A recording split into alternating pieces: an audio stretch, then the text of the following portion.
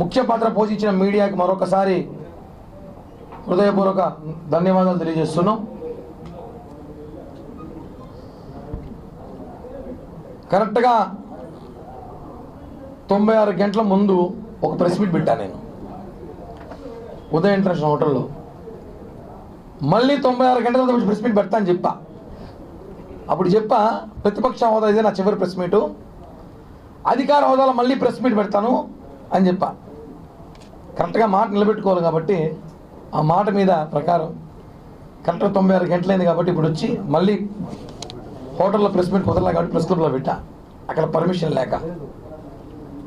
6వ ప్రెస్ మీట్లో చెప్పాను నేను, జగన్మోహన్ రెడ్డి గారిని గెలిస్తే వైజాగ్లో కానీ ప్రమాణ స్వీకారం చేయాల్సి వస్తే నేను తిరుపతి నుంచి వైజాగ్ వరకు నా డబ్బులతో పోస్టర్లు వేస్తా అని చెప్పిన. నాకు డబ్బులు మిగిలిపెట్టారు అనుకుంటా. కామెంట్లు పెట్టారు వైసీపీ పేటీఎం గారు, విపరీతంగా నా మీద ట్రోల్ చేశారు. ఒరే కిరణ్ రాయల్ ఒరే ఏదో పోస్టర్లు రెడీ చేసుకో, డబ్బులు ఉన్నాయా లేవా, కావాలా డబ్బులు పంపించేదని ఫోన్పే నెంబర్ చెప్పు, గూగుల్ పే నెంబర్ చెప్పు. ఇప్పుడు చెప్తాను, డబ్బులు పెట్టుకొని మీకే అవసరం ఉంటుంది, జర్నీ చేయాలి మీరు అందరూ కొంచెం అట్లా చెప్తాను. పవన్ కళ్యాణ్ గారు ఇలా చెప్పారు, ఎవరినేం మాట్లాడదని. మేము కూడా ఏం మాట్లాడడం లేదు, కొంచెం మాకున్న బాధని ఆనందాన్ని వ్యక్తం చేసుకోవడం తప్పు కాదు.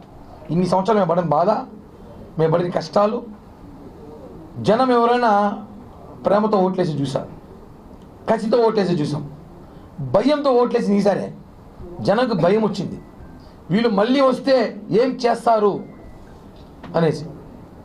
అసెంబ్లీ గేటు కూడా తాకినని చెప్పినారు, ఈరోజు వాళ్ళ అసెంబ్లీకి రావడం మానేస్తారు. ఇంకా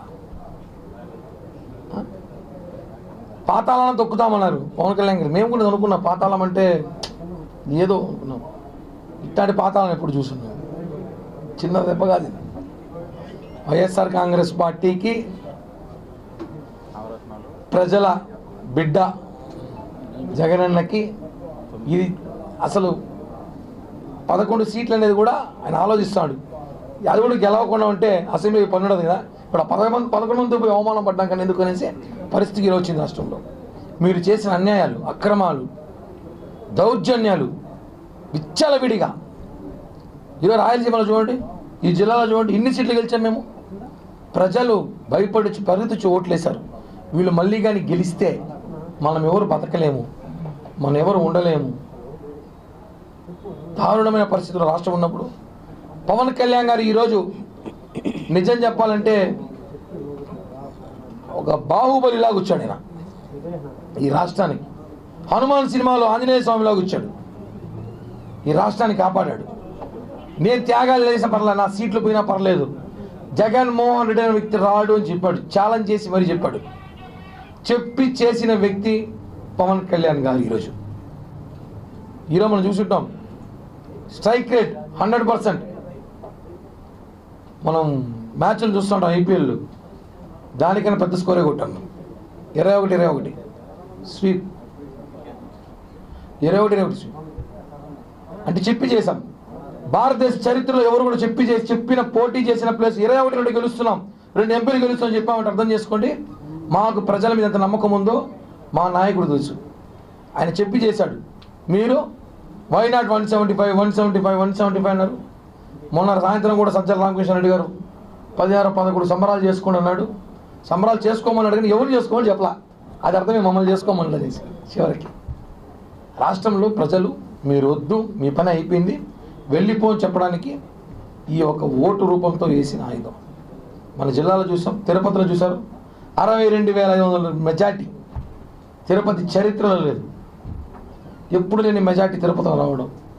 చుట్టుపక్కల అన్నీ కూడా 40,000, 30,000, 20,000 ఎక్కడ తగ్గల. ప్రజలు విపరీతంగా చోట్లేసారు. అంటే వార్ వన్ సైడ్ అయిపోయింది ఎలక్షన్కి. ప్రజలకి, తిరుపతి ప్రజలకి అందరికీ కృతజ్ఞతలు. ఒక విషయం తెలుసుకోవాలి, ఇచ్చిన మాట ప్రకారమే ప్రెస్ మీట్ పెడుతున్నాం. అధికార హోదాలో పవన్ కళ్యాణ్ గారు ఈ రాష్ట్రానికి ఏదైతే హామీలు ఇచ్చారో మనకు నెరవేరుస్తున్నారు. నిరుద్యోగులు కానివ్వండి, ఈ రాష్ట్రం బాగుంటుంది, మంచి రోజులు రాష్ట్రానికి రాబోతున్నాయి. ఎందుకంటే ఇటువంటి ఒక విజయం కళ్ళలో కూడా ఎవరు అనుకోండి. జగన్మోహన్ రెడ్డి అన్నాడు, ఆశ్చర్యకరమైన దేశము ప్రపంచము ఆశ్చర్యకంగా చూసి రిజల్ట్ అన్నాడు. దేశం ప్రపంచంగా చూసి ఫస్ట్ ఆశ్చర్యకంగా వైఎస్ఆర్ కాంగ్రెస్ పార్టీలు చూశారు. ఇదేం ఆశ్చర్యం రా బాబు ఈ రిజల్ట్. కొంతమంది టీవీలు ఆఫ్ చేసి మరి రెండోసారి ఆన్ చేశారట, మా టీవీలో ఏం ప్రాబ్లం ఉందేమో అనేసి. అది 2 డిజిట్లో వస్తాను, టీవీలో ప్రాబ్లం ఉందనేసి ఆ స్థాయికి వచ్చేసారంటే గుర్తుపెట్టుకోండి. ఈరోజు వైఎస్ఆర్ కాంగ్రెస్ పరిస్థితి ఇంకొక 2-3 నెలల తర్వాత ఎలా ఉంటుందో. ఈ రాష్ట్రానికి జనసేన పార్టీ చాలా అవసరం. ప్రజలందరూ కూడా మాకు తోడు నిలబడ్డారు. ఇంకా కూడా మమ్మల్ని విమర్శించాలని చెప్పి చూస్తే మాత్రం, సోషల్ మీడియా ద్వారానో మమ్మల్ని కామెంట్ చేయాలని చూస్తే మాత్రము, కొంతమంది మేము అస్సాంకు ట్రైన్ టికెట్లు బుక్ చేసిన మా డబ్బులతో. ఈరోజు సాయంత్రం ట్రైన్ ఉంది విజయవాడ నుంచి అస్సాంకి. ఓడిపోయిన మంత్రులు ఎమ్మెల్యేలు అంతా పోవచ్చు దీంట్లో. మా డబ్బులతో బుక్ చేసినాము అస్సాంకు ట్రైన్ టికెట్లు. ఎవరైనా మాకు ఇబ్బందిగా ఉందంటే అస్సాంకి వెళ్ళిపోవచ్చు. స్థాయి బట్టి టికెట్లు బుక్ చేసినాం. ఫస్ట్ క్లాసు, సెకండ్ క్లాసు అనుకున్నాం. ఫస్ట్ 2 బోగి సరిపోతాయి అనుకున్నాం. దీనమ్మో ట్రైన్ మొత్తం వేయాల్సి వచ్చింది. ఇప్పుడు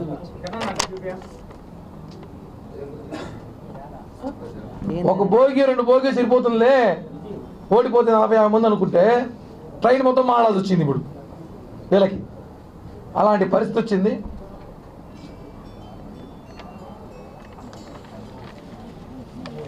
ఇంకోసారి పవన్ కళ్యాణ్ లాంటి వ్యక్తితో 2 చోట్ల ఓడిపోయినారు. పార్టీ లేదు, గెలవనప్పుడు ఈరోజు చూసారా 100కి 100% గెలిచినాం. ప్రజల విజయం ఇది. ప్రతి ఒక్కరికి హృదయపూర్వక ధన్యవాదాలు తెలియజేస్తూ, చివరగా ఈ జిల్లాలో ఇంకా మా నాయకుడి గురించి మాట్లాడే ఒక ఆమె ఉంది, మా అవ్వ. ఆమె గురించి మాట్లాడవద్దు, బాగోదు కదా. ఆమె కూడా భారీ మెజార్టీతో గెలిచింది, ఓడిపోయింది అనుకుంటా. ఓడింది అనుకుంటా. 47,000 46,000. ఆమె మొన్నటి రోజు తిరుమలకి వచ్చింది. అప్పుడే అనుకున్నాం ఆమె జగన్ గెలుస్తా అంటే అర్థమైంది మా అందరికీ, బాగా భారీగా గెలుస్తాడు అనేసి.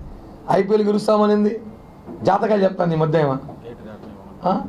ఆమె చెప్పింది, ఆమె తిరుపతిలో ఉన్న నాయకుడు ఎమ్మెల్యే ఇద్దరు కలిసి టీటీడీ నిధులు 20 కోట్లు 30 కోట్లు దాకా కాజేసేసారు స్థలాల రూపంలో నగిరిలో. ఆ పాపాలు చేసి దేవుడు డబ్బులు తినేసి దేవుడి పేరు చెప్పి నువ్వు మీ అన్న మోసాలు చేసి చివరిగా దేవుడి దగ్గరికి దేవుడికి క్షమాపణ చెప్పి వచ్చింది మొనబై. స్వామి క్షమించు, నేను ఇంత బాగా తినేసాను డబ్బులు, ఈ ఒక్కసారి గెలిపిస్తే ఇంకా కూడా తినేస్తాను, ఎవరిలో ఉండిలో డబ్బేస్తాను వెంకటేశ్వర స్వామికి. ఆయన దగ్గర ఎత్తుకుని వచ్చేసింది. ఆమెకు శిక్ష ఎలా అయ్యింది తెలుసా? మొన్నే 24 గంటలు 48 గంటల ముందు చెప్పిళ్ళింది జగన్ అన్న సీఎం అని. మాకు అప్పుడే తెలుసు భారీగా గెలుస్తారు ఆయన. ఆమె చెప్పిందంటే కొండపైకి వచ్చి రాజకీయాలు మాట్లాడి ప్రశాంతం మా తిరుమల ఇంకా చూసే పని ఉంది. ఆ టికెట్ తీరు కొండకు రాదు పాప, వ్యాపారస్తులతో ఏమవుతారో తెలియదు. అలా కొంచెం భక్తులు జాగ్రత్త పడాలి. ఈ తమిళనాడు, కర్ణాటక, ఢిల్లీలో భక్తులు ఉన్నారు, ఆమెకి ఫ్యాన్స్. ఈ కొండ దర్శనాలకు ఇచ్చేవాళ్ళు బాగా ఆల్రెడీ లక్షల్లో పేమెంట్ ఇచ్చేస్తుంటారు వాళ్ళు. ఇప్పుడు వాళ్ళకి టికెట్ లేవు. ఎటు ఎమ్మెల్యే కూడా కాదేమో, మంత్రి కూడా లేదు. ఇంకా మా ప్రభుత్వం మేము టోల్ గేట్ కూడా దాటిని మొహమాటమే లేదు, ఫోటో పెట్టేస్తాం. దొంగలు ఉన్నారు జాగ్రత్త వల్ల. మరి రానియం కదా, ఏమంటే ఫ్రీ దర్శనం పోవచ్చు, 300 రూపాయలు టికెట్ వేసుకొని ఆన్లైన్లో దొరికితే. జనసేన పార్టీ పనిచేసిన ప్రతి ఒక్కరు కూడా మరొకసారి హృదయపూర్వక ధన్యవాదాలు తెలియజేస్తూ థ్యాంక్ యూ. మళ్ళీ కలుద్దాం. జై హింద్, జై జగన్.